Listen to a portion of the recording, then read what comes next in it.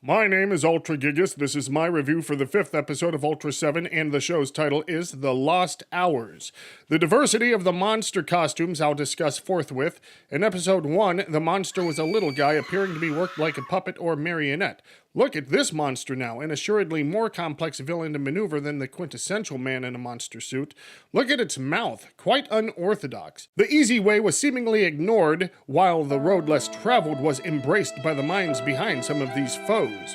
I hope to see such creativity continue through the progression of the series. Miniature models are prolific in this episode. Oh sure, you see the Ultra Guard's array of aerial assaulters like in the lion's share of episodes, but they are especially prevalent here, I think. There's also an ordinary plane and a subway train portrayed by miniatures. It's hit and miss. Miniature models can look cheesier than Toe Jam, and sometimes they're acceptable. That's just how it goes.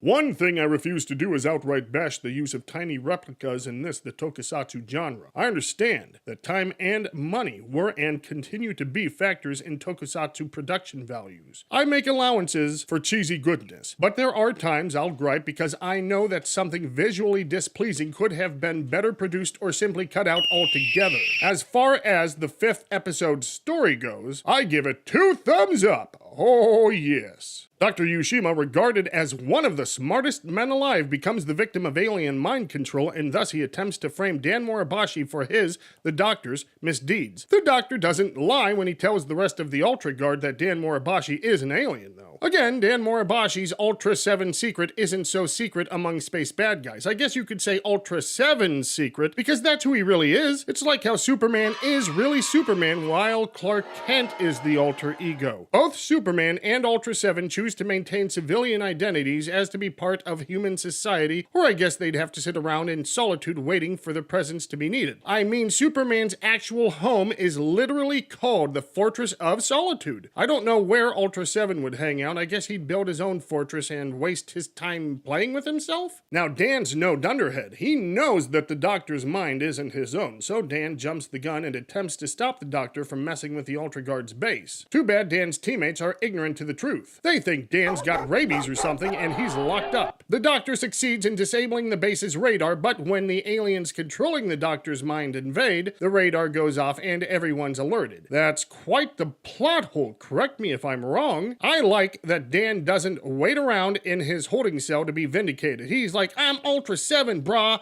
I do what I want. And of course, he goes on to neutralize the doctor and then kick alien ass. That's one monster suit that won't be refurbished. The very next scene has the doctor waking up back to normal, and magically everyone is aware of the mind control. When did this happen? Oh, while Ultra 7 was out fighting the alien? Maybe so, but I would have liked a revelation scene to have been included. This is an excellent episode, but there may have been too much story to fit into a 25-minute time frame.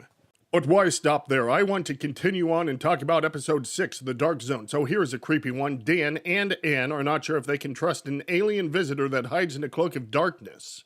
The two become comfortable with the alien, but it is discovered that the planet Earth will be destroyed by the approaching space city Pegasa. The Ultra Guard tries to warn the citizens of Pegasa to evacuate, but there is no response. There is only one option to save the planet, the nuclear option. Pegasa is blown up. Meanwhile, the mysterious alien visitor reveals to Anne that he is from Pegasa. The alien, unaware of the space city's fate, is desperate to save his home, and blowing up the Earth is his only option. Ultra 7 defeats the alien and flies the Doomsday device into space where it explodes without casualties. I'm surprised by this episode. The story is given so much time to develop that Ultra 7's presence is like a cameo appearance at the end. There isn't even a giant battle. Am I complaining? Nope. I like for there to be time for stories to develop. It's not like modern day tokusatsu that can be compared to a 20-minute toy commercial. It's good to see some character development with Anne. Well, that's not quite right. Her character isn't really fleshed out, but she does get featured. I guess you could say it is established that Anne is a caring individual, but I think that's been instilled already. Not only that, but it is to be expected in a show like this. The female is the reserved caretaker ready to sacrifice her interests to help everyone else. That stereotype bothers some people, I know that. We're talking about a 1967 tokusatsu though. Anyway, brilliant episode. This and episode 2 are my current